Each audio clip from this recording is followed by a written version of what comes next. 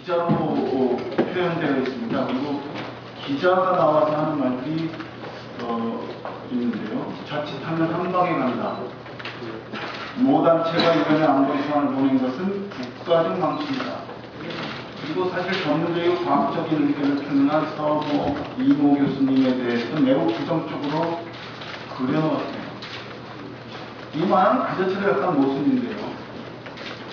기자라는 직업이 진실을 추구하는 직업인가 아니면 국가의 위신을 걱정하는 직업인가 하는 데부터 굉장히 헷갈려하고 있습니다. 근데 국방부가 기자라는 주인공을 앞세우는 만화에서 국가적 망신을 운운하는 것은 전혀 상황 설정이 어울리지 않습니다. 두 번째, 저희 단체 얘기만 하자면 참여연대가 유엔에 서한을 보낸 것이 유엔에서 정한 어떤 국제법을 위반한 것인가 아니면 유엔이 금하거나 제한하고 있는 것인가 전혀 그렇지 않습니다. 유엔이 보장하고 오히려 권장하고 있는 것입니다. 아시다시피 유엔 사무총장은 반기문 전 외교통상부 장관입니다. 우리나라 사람입니다. 그리고 무장 갈등 예방을 위해서 시민단체들이 안보 문제에 적극적으로 발언해 줄 것을 지금도 권장하고 세계를 돌아다니고 있습니다. 그럼 시민단체가 유엔에 보한 서한이 그러면 무언가 잘못된 것이 없는가? 서한의 중심 내용은 여러 주장들을 고려해 줄 것과 두 번째로 무엇보다도 한반도 평화를 우선으로 고려해서 공정하게 심사해달라는 것이었습니다. 그리고 아시다시피 유엔 안보리에서 나온 결의안은 많은 주장들을 공정하게 반영했고 대다수의 분량을 한반도에서 분쟁이 일어나서는 안 되고 양측이 도발적인 행동을 자제해 줄 것을 촉구하는 내용이었습니다. 이것에 대해서 국방부가 국가적 망신이라고 평가한 것은 과연 어떤 평가에 근거한 것인가? 이게 일개 단체들이나 저희 참여연대 어떤 데모를 하셨던 분들의 표현의 자유의 영역에 해당하는 거라면 저는 이렇게 비판하지 않겠습니다. 사실은 천안함 문제에 어쩌면 당사자일 수도 있고 이 문제에 큰 책임자일 수도 있고 따라서 조사 대상이면서도 사실 조사 주체를 자임하고 있는 국방부가 최종 평가서를 내면서 아직 국회에서 공개되던 평가서를 이제 공개하면서 어떤 평가 근거로 국가적 망신이라는 평가를 넣었는가? 이 공공정책을 지켜가는 국가가 한 단체를 대상으로 할 수 있는 일인가에 대해서 저는 심각하게 문제를 제기합니다. 만약에 이러한 접근법이 우리 국방법의 접근법이었다면 조사 과정 자체에서도 객관성과 신뢰성을 기대할 수 없을 겁니다. 공식적으로 요청합니다. 국방부는 이 말도 안 되는 만화의 배포를 즉각 중단해 주십시오. 아니면 저희는 모든 법적 대응을 취할 준비가 되어 있습니다. 두 번째로 천안함 최종 보고서에 대해서 말씀드리겠습니다. 천안함 최종 보고서는 종합적으로 평가하는 정책의 정보를 빼어맞추고 가설의 분석을 끼워맞춘 보고서입니다. 따라서 이 최종 분석에 대해서 우리가 신뢰하고 확신할 만한 그러한 근거들을 찾아내기 쉽지 않습니다. 무엇보다도 이 보고서는 소환 형태로 중앙외교사절에게는 3개월 전에 보고 알려졌던 겁니다. 심지어 미국의 한 주간지는 한 달 전에 이 초안을 보고 봤더니 지금 제기되고 있는 여러 가지 과학적 질문들에 대해서 충분한 답변이 될 것 같지 않다라는 기사를 실기도 했습니다. 근데 어떻게 이 보고서가 우리 국회 앞에, 우리 국민 앞에 이제야 공개될 것인가 하는 데 대해서 저는 문제를 제기하지 않을 수 없습니다. 우리는 외신의 일개 기자보다도 우리 국회와 국민들은 못한 것인가? 이게 국방부가 이 문제를 국민에 대해서 대하는 태도인가에 대해서 강력히 항의합니다. 두 번째로 정보 공개가 289페이지지만 그 수준과 질로 보자면 별로 대단하지 않다는 겁니다. 과거에 나왔던 것에 반복이 나오는 겁니다. 우선 기본적인 핵심적인 정보인 항적 관련 자료는 거의 공개하지 않습니다. 거의가 아니라 전혀 공개하지 않았습니다.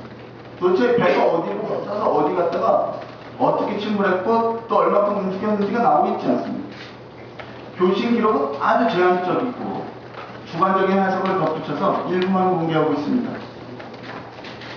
그날 우리의 군이 이 문제를 가지고 어떤 토론을 했는지가 전혀 나와 있지 않습니다. 주한미군은 아무렇지도 않게 아무 상황이 아니라서 다 귀대했다고 그러는데 이 보고서에서는 배정경계령을 내렸다는 겁니다. 그 배정경계령은 주한미군과 협의해서 내린 것인지 우리 정부가 국제적으로 내린 것인지 그럼 거기 100km 뒤에서 배정훈련을 준비하던 군인들은 배정경계령에 따라서 어떻게 움직였다는 거지 아무런 정보도 나와 있지 않습니다. 세 번째, 생존자와 초병의 증언 부분은 이미 국회에서 일부 공개됐기 때문에 그것을 인용하고 있는데 굉장히 자의적으로 인용하고 있습니다. 그 부분 뒤에서 누군가가 또 자세히 말씀해 주시리라고 봅니다. 그리고 사실 그 진술 내용을 본다면 정부의 주장을 뒷받침하는 내용이 거의 없습니다만 마치 그 진술들이 정부의 주장을 뒷받침하는 것처럼 왜곡돼서 해석되고 있습니다. 넷째, 해외 전문가들의 분과 연락들이 과거보다 조금 더 공개되었습니다. 다행스러운 일입니다. 근데 거기서 확인되는 것은 이 전문가들이 어뢰 설계도가 뒤바뀌는 문제들도 몰랐다는 것입니다. 적어도 어뢰 설계도가 뒤바뀌는 것과 관련해서는 조사에 참여하지 않았다는 겁니다. 이른바 문제가 되는 1번 어뢰, 정부가 핵심 증거물이라고 하는 1번 어뢰 부품을 찾거나 그것을 조사하거나 거기서 나온 물질들을 분석하는 데는 전혀 관계하지 않았다는 것입니다. 적어도 이것은 분명히 확인되고 있습니다.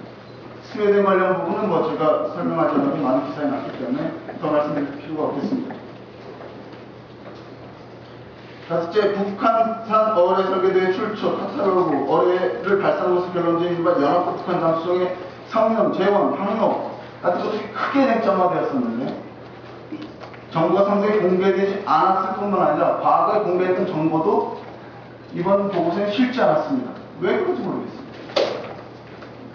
그렇게 허다하게 생겼던 위성 자료들은 왜 이번 보고서에 실지 않았는가 하는 겁니다. 그때 제기했던 연합국 잠수의 폭, 길이, 성능은 왜 이번 백서에서 다 빠졌느냐 하는 겁니다. 심지어 시뮬레이션은 어뢰 피해를 전제로 하고 한양량을 수정하거나 조정하는 방식으로 이루어졌습니다. 따라서 이번 백서의 특징 중에 하나가 시뮬레이션 결과를 계속 길고 정확하게 공개했다는 것인데요.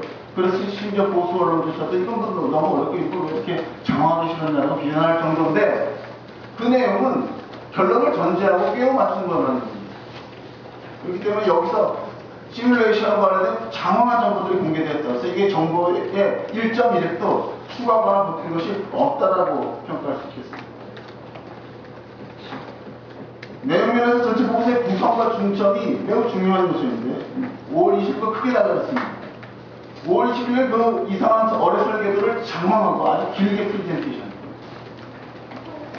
그리고 이른바 알루미늄 산화물에 대해서 굉장히 길게 설명을 했습니다.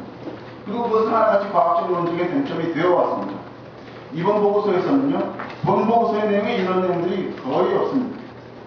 아주 마지막 부분에 짤막하게 이른바 어뢰 추진체에 대해서 매우 간략하게 나오고 있습니다. 알루미늄 산화물 성분 분석 같은 건 도로로 뺐습니다.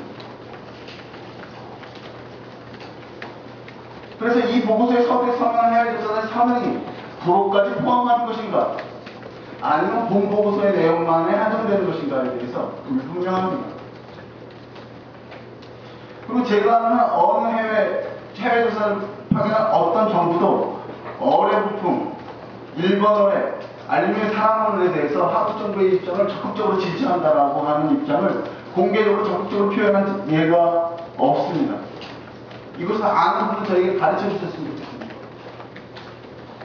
그리고 저희가 공식적으로 비공식적으로 몇 개 대사관들과 접촉을 시도해 봤습니다만 이 부분에 대해서 적극적인 의사 표명을 하지는 않아왔습니다. 다만 한국 정부 이 어뢰 부품이 발견되기 이전에도 한국 정부와 공동조사에 참여했고 이미 결론을 내렸다는 얘기만 하지 그 뒤에 거에 대해서 전혀 얘기하지 않는데 그런 문제들에 대해서 정말로 우리 정부가 핵심적인 증거라고 하는 것들에 대해서 이 해외 조사단들이 공의 동감하고 있는 것인지에서는 추가적인 검증이 필요할 거라고 봅니다.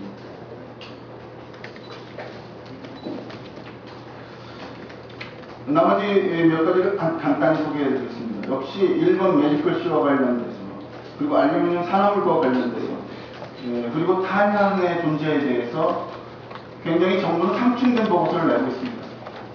사실 참여연대는 유엔에 낸 보고서에서 그 이전의 보고서에서도 일관되게 왜 정부가 알루미늄 산화물 같은 걸로 증거를 분석하려고 하느냐, 탄약으로 얘기해야 된다 라고 얘기해왔습니다.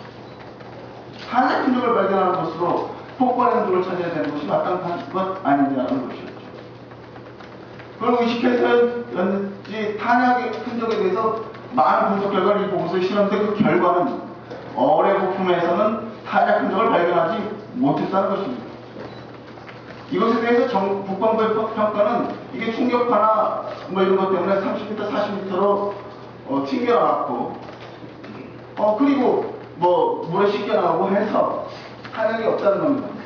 그리고 거기다 요번에 좀 더 덧붙인 것은 부품이 너무 작아서 없다는 겁니다. 여러분 제가 다른 얘기를 안 해도 이 말이 어떤 것을 얘기하는 것이 잘 아실 것 같습니다. 아니 그렇다면 어떻게 그렇게 많은 알루미늄 산화물은 스크류의 앞뒤에 부착되어 있습니다.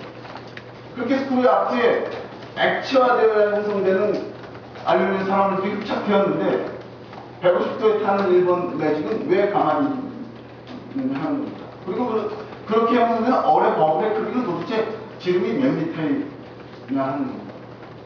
그리고 30-40m 밖으로 튕겨나가요. 몰라도 충격파에 의해서 튕겨나가요. 충격파는 굉장히 빠르게 전달된다고 정부 보고서도 말하고 있습니다. 그 어뢰 부품에 산화물은 부착되고 일본 매직은 지워지지 않고 그리고 탄약은 축적되지 않았을 그것을 어떻게 설명할 건지 스크류 배정이나 수정 폭발 이것은 뒤에 많은 분들이 얘기해 주실 거기 때문에 설명을 생략하겠습니다. 연합국장소장에 대해서는 저희 참여연대가 저 개인적으로 기고를 통해서 일관되게 제기해 온 것이었습니다. 그리고 한미 간에 다국적으로 같이 정부 TF에 참여했다는 한 분의 장성을 제가 이분을 밝히진 않겠습니다. 그리고 자기가 직접 이 장수정에 대해서 연어라고 하는 한국 명칭을 부여했다는 그 장성은 연합국장소장의 크기도 모르고 있었습니다. 2.75m 폭이라고 했다. 3.5m라고 했다. 3.2m라고 했다. 이게 국제 영감에 이란산으로 등재되어 있는지 북한산으로 등재되어 있는지도 모르고 있었습니다. 사실 그리고 영어로 YUNO로 표현하는지 YONO로 표현하는지도 모르고 있었습니다. 국방부가 5월 20일 발표한 영문 보도자료는 YEONO라고 표현되어 있습니다만 국제무기영감 어디에도 YEONO 장수정이라는 건 없습니다. 근데 그래서인지 이번에는 보고서에 다 빠졌습니다. 그럼 어떤 잠수정이 와서 과연 중어뢰를 발사했다는 것입니다. 경어뢰도 아니고 중어뢰를 발사했는지 의문입니다. 국회 국정조사가 불가피하다는 말씀을 두 차례에 걸쳐서 말씀드렸지만 다시 한번 드리고 싶습니다. 그리고 여기서 밝혀야 될 것입니다. 천안함 진상뿐만 아니라 우리 정부가 어떻게 이런 좀 투명하고 신중한 조사 작업을 다 끝나지도 않은 채로 천안함 사건에 대한 중간조사 결과를 어뢰 설계도가 바뀐지도 모른 채 선거 개시를 하게 됐고 선거 중반에 전쟁 기념관에서 자기가 지키지도 못할 굉장히 자극적인 정치인들, 특히 국회가 비준한 남북 해운함에서까지 깨는 그런 발표들을 하게 되었는지, 그리고 그런 국민과 국회의 합의도 없이 무리하게 국제무대 임무들을 가져가서